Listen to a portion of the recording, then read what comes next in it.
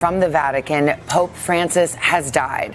The 88-year-old pontiff passed away just hours after he surprised many by addressing the Easter Sunday crowd. When the Vatican confirmed the death of Pope Francis early this morning, the world paused. Immediately, headlines around the globe lit up, remembering him as a spiritual leader, a reformer, and a symbol of humility. News outlets ran stories on his legacy, his leadership, and the significant mark he left on the Catholic Church. But far away from St. Peter's Basilica, behind the glare of cameras and outside the halls of power, there was a different kind of grief unfolding, quiet, personal, and deeply human. In a small home in Argentina, Maria Elena Bergoglio sat in silence. She wasn't there as a public figure or a church representative. She was simply there as a sister, mourning the loss of her brother. Maria Elena is the youngest and only surviving sibling of Pope Francis. For many years, she stayed away from public attention, never giving interviews, never stepping into the global spotlight her brother occupied for over a decade. While Jorge Mario Bergoglio, the man the world knew as Pope Francis, stood on balconies addressing millions, she remained at home, choosing a life of privacy. But after his death, something changed. For the first time, Maria Elena decided to speak. It was a rare moment, deeply emotional, and her words left a lasting impression. She didn't speak about church politics, theological legacies, or papal decisions. Instead, she spoke about family, about the boy who became a pope, about the brother she lost long before the world even knew his name. "He didn't leave us with riches," she said in an interview aired just hours after his passing. "He left us with something deeper, and that's why we cried." Her statement was simple but powerful. It didn't hint at hidden fortunes or controversial Vatican secrets. It pointed to something else entirely, a different kind of inheritance. Letters, personal sacrifices, private pain, and love that was never shown in front of cameras. It was a quiet legacy, shared between siblings, carried across decades. This is not a story about gold or wealth. It's not about the grandeur of the Vatican or the powerful machinery of the Church. It's about what lies behind all of that. A family, a bond, and a personal cost that rarely makes headlines. Jorge Mario Bergoglio was born in Buenos Aires in 1936 into a working-class family. He was the son of Italian immigrants who had fled fascist Italy in search of a safer, better life. His father worked for the railways, and his mother stayed home to raise the children. Life wasn't easy, but like many families of that era, they managed with what they had. Jorge wasn't born into privilege or authority. He grew up in modest surroundings, surrounded by the noise and warmth of a tight-knit household. Maria Elena remembers those days with clarity. She described him not as the holy figure the world would later see, but as a caring older brother. "He wasn't a saint to us," she said. "He was Jorge, the one who read me bedtime stories, who helped Mama with the shopping, who worked after school to help pay the bills." When their older brother Alberto passed away, Jorge naturally took on the role of the eldest son. He was only a teenager, but he quickly became a figure of stability within the family. According to Maria, he took it upon himself to help their mother, especially after their father died. "He didn't talk about it much," she said, "but he felt responsible for all of us." Even as he stepped into a life of faith and service, Jorge's connection to his family never faded. But the decision to join the seminary and eventually become a Jesuit priest was a turning point. It was the moment the family realized they would have to share him with the world. Maria recalled that day with emotion. "He sat me down and told me he felt called to do something bigger, something beyond himself. We were proud, but we also knew what it meant. From that day on, he wouldn't just be our Jorge." That early sacrifice, though rarely spoken about, set the tone for the rest of his life. Jorge Bergoglio didn't rise to the papacy by accident. He served quietly, consistently, and often without much recognition for years. He became a Jesuit priest in 1969, then rose through the ranks, eventually becoming the Archbishop of Buenos Aires. and in 2001, a cardinal appointed by Pope John Paul II. But even as his responsibilities grew, he lived simply. He traveled on public transport, visited slums, and worked closely with those in need. When he was elected Pope in 2013 at the age of 76, the world was introduced to a different kind of leader. He chose the name Francis, in honor of Saint Francis of Assisi, a man known for his devotion to the poor and rejection of luxury. True to that spirit, Pope Francis refused many of the traditional perks that came with the office. He declined the ornate papal apartments, opting instead to live in a guest house. He wore plain black shoes instead of red, carried his own bag, and often reminded people that the church's mission was to serve, not to rule. These were the actions that earned him the nickname the People's Pope. And yet, even as he became a global icon, there was still the matter of the family he had left behind. A family that had quietly adjusted to life without their Jorge, and a sister who chose to watch from afar, never asking for recognition or reward. Maria Elena said she never wanted to be a distraction. "I wanted him to focus on the church," she explained, "not to worry about his sister back home." And so she stayed out of the media. She declined interviews and resisted the curiosity that surrounded her brother's growing fame. But she never stopped watching, never stopped supporting him in her own way. Over the years, they stayed in touch, through occasional phone calls, through quiet messages, and most often, through handwritten letters. Those letters, Maria says, are now her most prized possessions. Each one carried a bit of her brother's heart, his humor, his encouragement, his prayers. After his death, Maria Elena opened the drawer where she had stored them for years. Birthday cards, short notes, blessings on holidays. She read through them again, this time knowing there would be no more. "He reminded me that no matter how far he was, we were never really apart," she said. For the public, the focus remains on Pope Francis, the leader, the reformer who challenged tradition, who welcomed the marginalized, and who spoke out on climate change, inequality, and corruption. But for Maria Elena, none of that changes who he was underneath it all. "He was still the boy who used to sneak chocolate under my pillow," she said with a small smile. He wasn't the serious or overly strict older brother. He had a sense of humor and warmth that made him easy to be around. Maria remembers him reading her stories at night and sneaking pieces of chocolate into her school bag. He liked football and was known to play in the street with the neighborhood kids, even if it meant returning home with scraped knees and a scolding. But under that easygoing nature was a strong sense of duty. When their father passed away, Jorge didn't retreat. He leaned in. He found work to help the family and took care of things others his age might have avoided. It was clear from early on that Jorge was different. Not just in his intellect, though he was clever, but in the way he looked at the world. He didn't talk much about dreams of wealth or ambition. He was reflective, often quiet, and deeply curious about faith. He studied to become a chemical technician and even held jobs that might surprise people today. He worked as a janitor and briefly as a bouncer at a bar before choosing the path of priesthood. It wasn't a dramatic decision. According to Maria, it felt more like a natural progression than a life-altering shift. The day Jorge announced he was entering the seminary was emotional. He was 21 years old, and though the family had always been religious, the idea of losing him to the church wasn't something they were fully prepared for. "He came to me and said he felt called to serve," Maria recalled.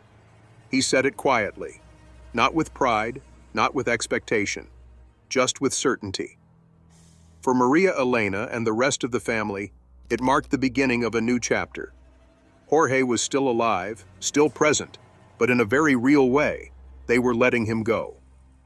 The seminary meant strict schedules, limited visits, and fewer chances to see him. It meant letters instead of long conversations, prayers in place of shared meals. Their mother, a strong and devout woman, supported him fully, but even she couldn't hide her sadness. She smiled, Maria remembered, but her eyes were full of tears. She knew we were giving him up, not just for a few years, but possibly for life. At first, Jorge wrote regularly. His letters were filled with simple questions about family life, gentle encouragements, and reminders to stay strong in faith. He would ask how school was going, how Maria's health was, how Mama was coping. It wasn't the language of a future pope, it was the voice of a big brother who still felt connected, even from afar. Over time, as Jorge climbed through the church's ranks, from Jesuit priest to provincial superior, then auxiliary bishop and eventually Archbishop of Buenos Aires, the contact became less frequent. Not because he didn't care, but because his duties grew. He was no longer just a priest in Argentina. He was a leader within the global Catholic community. Still, Maria never felt forgotten. "He never stopped being my brother," she said. "Even when I saw him on television, addressing crowds or meeting world leaders, I still saw Jorge." The transition from a sibling to a spiritual figure was complicated. Pride mixed with pain. Every step forward in his religious journey felt like a step away from family life. Maria describes it as an emotional tightrope. You're proud of what he's doing, proud of what he stands for, but you also miss him terribly. And you know that missing him is part of the sacrifice. In 2001, when Pope John Paul II made Jorge a cardinal, the world started to take more notice. Journalists began writing profiles, photographers started showing up at events, and speculation about his potential future role in the church began. Still, Maria stayed silent. She declined requests to speak to the media. She didn't travel to Rome. She stayed in her home, watching from a distance. Then came 2013, the day Jorge was elected pope. The white smoke rose over the Vatican. The world watched with anticipation. And then a name was announced: Jorge Mario Bergoglio, Pope Francis. Maria remembered the moment clearly. "We cried, we cheered, but it was also the saddest day," she said, "because we knew, really knew, that he would never be just ours again." That day changed everything. Their small family name was now known around the world. Friends, neighbors, even strangers began reaching out. Some with congratulations, some with curiosity. But for Maria, it was never about fame. It was about losing a brother to something greater than all of them.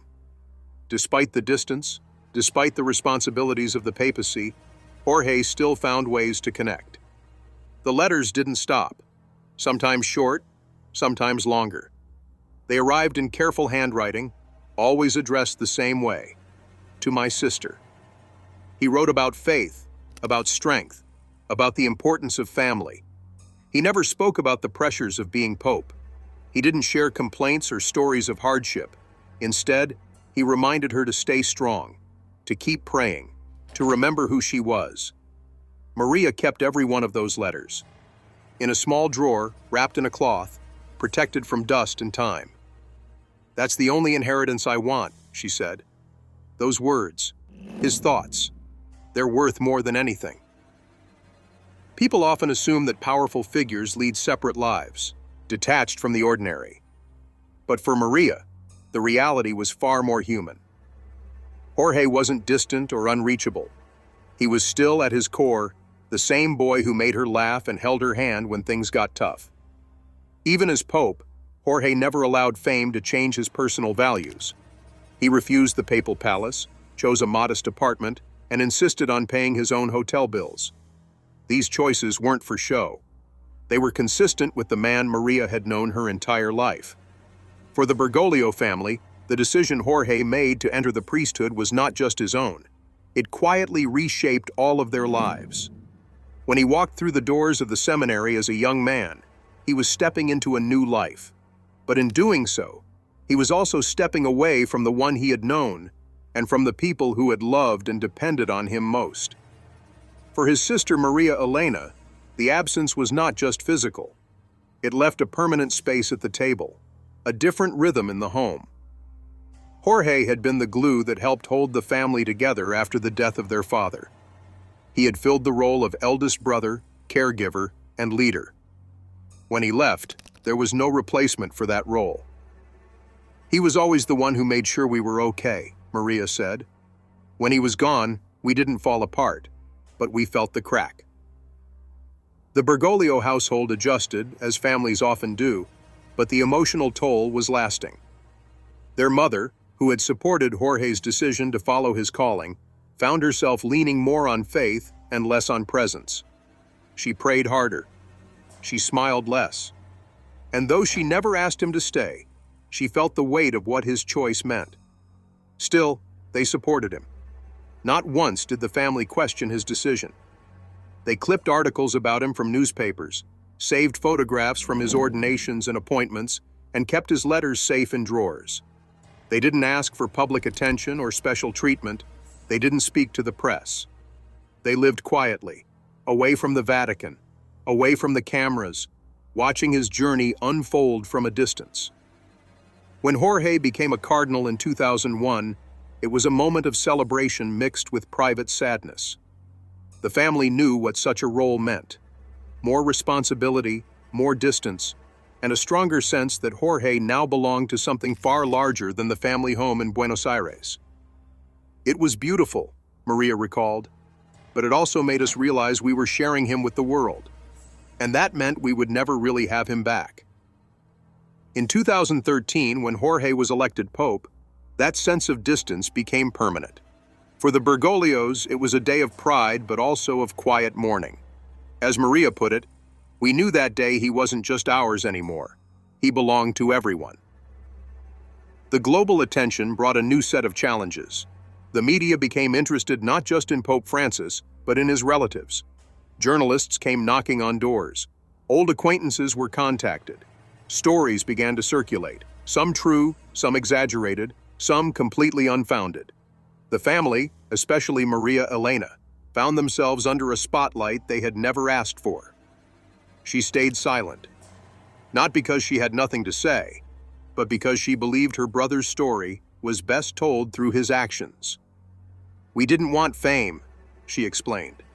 "We just wanted to support him, the way we always had, quietly, with love." Even as Pope Francis became known around the world for his simple lifestyle, his messages of compassion, and his commitment to reform, the family felt the growing gap between the man they knew and the image presented to the world. They had seen Jorge at his most vulnerable, at his most human.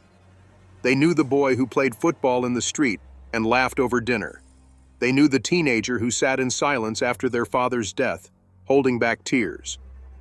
They remembered the young man who used his paycheck to buy groceries when times were hard. The Pope the world saw was real, but it was only one part of him. For Maria, that duality was difficult to witness. "People see the robes, the ceremonies," she said, "but they don't see the letters, the quiet messages, the pieces of his heart that he sent back to us when he could." After his death, stories about what Pope Francis left behind began to circulate. Some speculated about Vatican finances, secret bank accounts, or hidden wealth. But those who knew him best knew better. Jorge had never been interested in money or possessions. His legacy wasn't material. It lived in the people he touched, and in the family he stayed connected to, through faith, through letters, and through love. Maria Elena keeps those letters in a small wooden box. Each one is dated, many signed simply Jorge. They aren't grand declarations or theological essays. They're reflections, updates, blessings, birthday wishes, words of encouragement, notes of comfort when a family member was unwell. They're ordinary in form, but extraordinary in meaning. "To the world, he was the Pope," Maria said. "To me, he was my brother. And these letters, they are the most valuable thing he ever gave me." One letter, written not long before his election to the papacy, read, "Remember, Chinita, God always sees the effort, not just the result." Chinita was his nickname for her. It was simple, warm, and personal. It was a reminder that behind the Vatican walls and the formal addresses, Jorge never stopped being the big brother who looked out for his younger sister. The family never asked for more. They never requested honors or positions.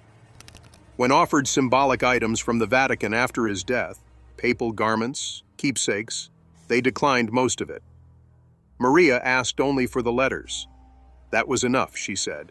More than enough. It's easy to forget that those who lead public lives often come from very private beginnings. Behind every major figure, there are often parents, siblings, childhood friends, people who carry the emotional weight quietly, without recognition. For the Bergoglios, the sacrifice wasn't about fame or fortune. It was about time. Lost conversations, missed birthdays, empty chairs at family dinners, moments that could never be reclaimed. Yet they never expressed resentment, only love and quiet pride. Maria speaks now not to claim attention, but to honor what Jorge truly stood for. He didn't just preach humility, he lived it. He didn't just speak about love, he showed it every time he picked up a pen and wrote home. He didn't chase legacy, he built it, one kind gesture at a time. To the world, he was Pope Francis, head of the Catholic Church and spiritual leader to over 1 billion people. But to Maria, he was always the boy who called her Chinita, who walked her to school, who once placed a pressed flower in a letter just to make her smile. His death was not just a loss to the Church. It was a deeply personal loss to a sister who had known him long before the robes, the titles, or the crowds. Even now, with his passing, Maria Elena says she still feels him near. She speaks softly when remembering him, often pausing between sentences, as if choosing her words carefully. Sometimes, she said, when I'm praying, I feel like he's still next to me. Not as the Pope, but just Jorge, my brother. Throughout his life, Jorge never let the weight of his position separate him from his roots. He remained grounded, even when the world placed him on a pedestal. He chose simplicity over luxury, connection over ceremony. He turned down the papal palace in favor of a modest guest house. He continued to carry his own bags, wore simple clothing, and often reminded others that service was at the heart of leadership. This humility wasn't a performance, it was how he was raised. And Maria, perhaps more than anyone else, knows that his core values never changed. Even as he faced criticism, global expectations, and the demands of high office, he remained deeply human. He laughed, he cried, he prayed, and he kept writing to his family. After his death, attention turned briefly to the idea of legacy. What had Pope Francis left behind? For some, legacy is measured in impact, reforms made, statements delivered, traditions challenged. For others, it's measured in wealth. But Jorge's legacy, according to his sister, wasn't something you could store in a vault or display in a museum. It was found in envelopes, in photos, in memories shared at the dinner table. Maria Elena keeps a collection of his letters. Some are decades old, with faded ink and worn edges. Others arrived just months before his passing. She keeps them in a wooden box, tied with a ribbon. They are simple, handwritten notes. No papal seals, no official stamps. Just Jorge, writing as a brother. His final letter came just weeks before he died. It wasn't long, but it carried the same warmth and care that had defined all his messages. My body is tired, he wrote, but my heart is strong. And you, Hermana, have always been part of that strength. He didn't mention illness.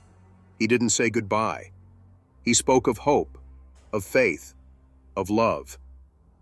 For Maria, that letter was more than just a farewell. It was a reminder of everything he had given her.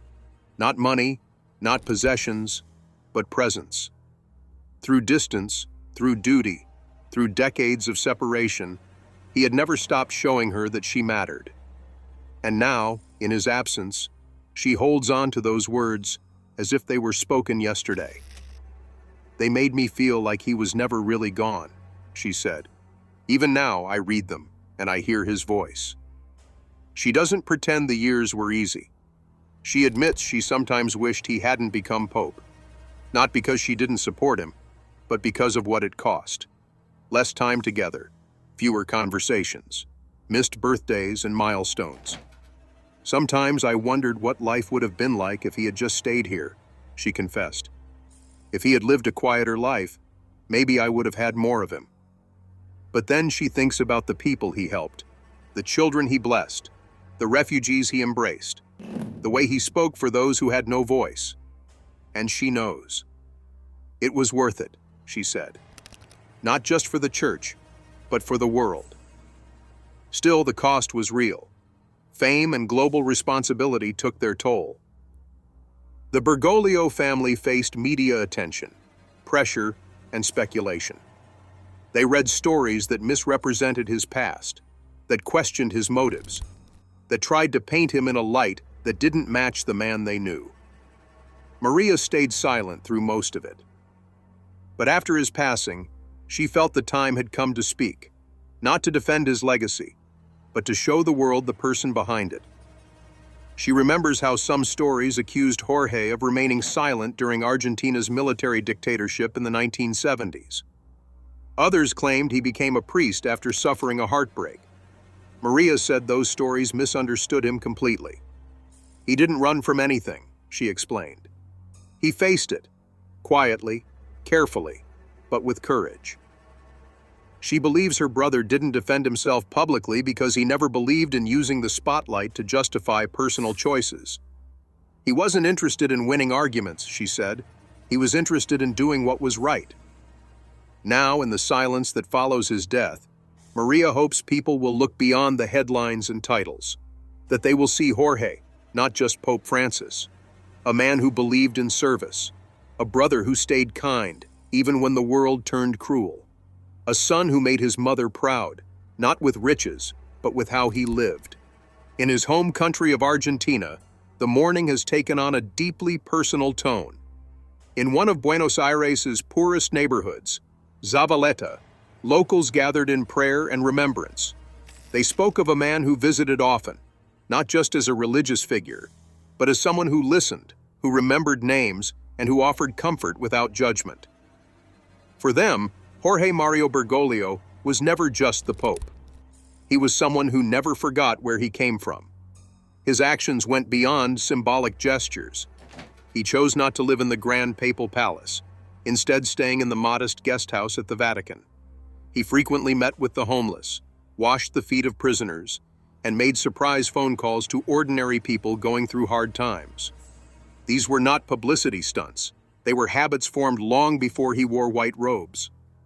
In Africa, where he made several significant visits, his presence brought messages of peace and reconciliation. In the Central African Republic, he opened a holy door in a war-torn area, symbolizing unity and hope. During his visit to South Sudan, he knelt and kissed the feet of political leaders, pleading for peace. These moments weren't orchestrated for cameras. They were genuine expressions of his belief that faith should lead with humility and service. The response to his passing reflects the depth of connection he created. In Rome, as his body lay in state at St. Peter's Basilica, tens of thousands queued for hours to pay their respects. The line stretched far beyond the square, with mourners from all over the world, pilgrims, dignitaries, local residents, gathering not just to say goodbye, but to give thanks. His death didn't just end a papacy. It marked the conclusion of an era of leadership grounded in simplicity, empathy, and accessibility. His funeral, following his own request, was stripped of much of the usual papal grandeur. There was no golden platform, no lavish processions. Just a simple wooden coffin, resting in the basilica, surrounded by prayers. It was a quiet departure for a man who had spent his life turning attention away from himself and toward others. For those within the Church, Pope Francis's legacy is both inspiring and complex. He was widely seen as a reformer, someone who understood that the Church must evolve to remain meaningful in a changing world. One of the most significant areas of reform during his papacy was his handling of the sexual abuse crisis, a subject that had shaken the foundations of the Catholic Church for decades. Francis took steps that some of his predecessors had avoided. He issued new rules requiring every diocese in the world to establish systems for receiving abuse complaints.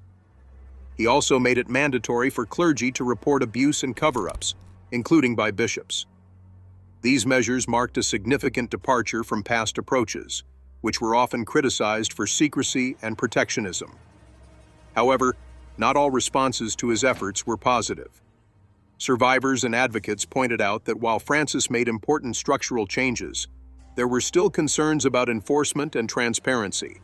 In some cases, bishops accused of misconduct were quietly removed, with little explanation given to the public. Critics argued that a truly transformative approach required full openness and accountability, something they felt remained inconsistent. Still, many within the Church praised his willingness to confront these challenges head-on. He met personally with survivors, listened to their stories, and publicly apologized on multiple occasions. He called the crisis a pain and a shame, and acknowledged that the Church had too often failed in its response. These moments, though painful, represented an important shift in tone and responsibility. Beyond the abuse crisis, Francis also left his mark on issues like climate change, economic inequality, and interfaith dialogue.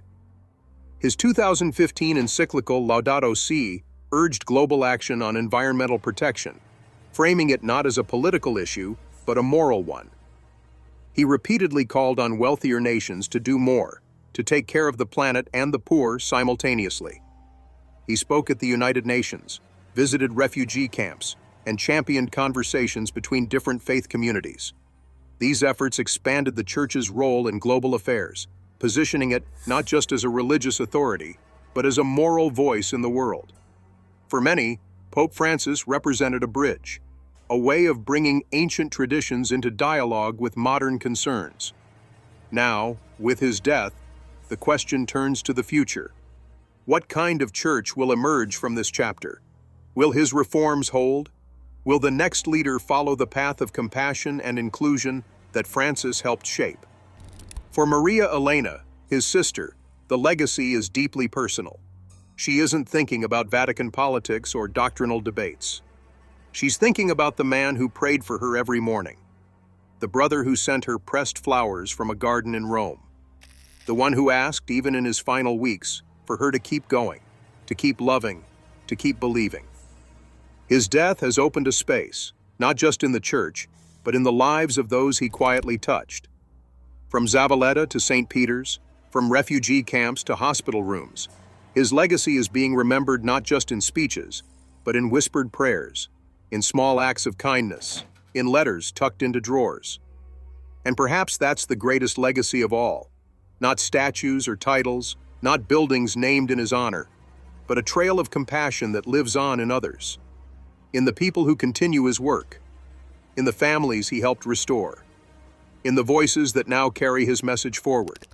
The world will remember Pope Francis for many things, but those who knew him best will remember Jorge, the man who served with humility, who led without demanding loyalty, who gave everything and expected nothing in return. And even now, in his absence, his voice remains, in letters, in memories, in hearts. A quiet presence that reminds us all what leadership can truly mean.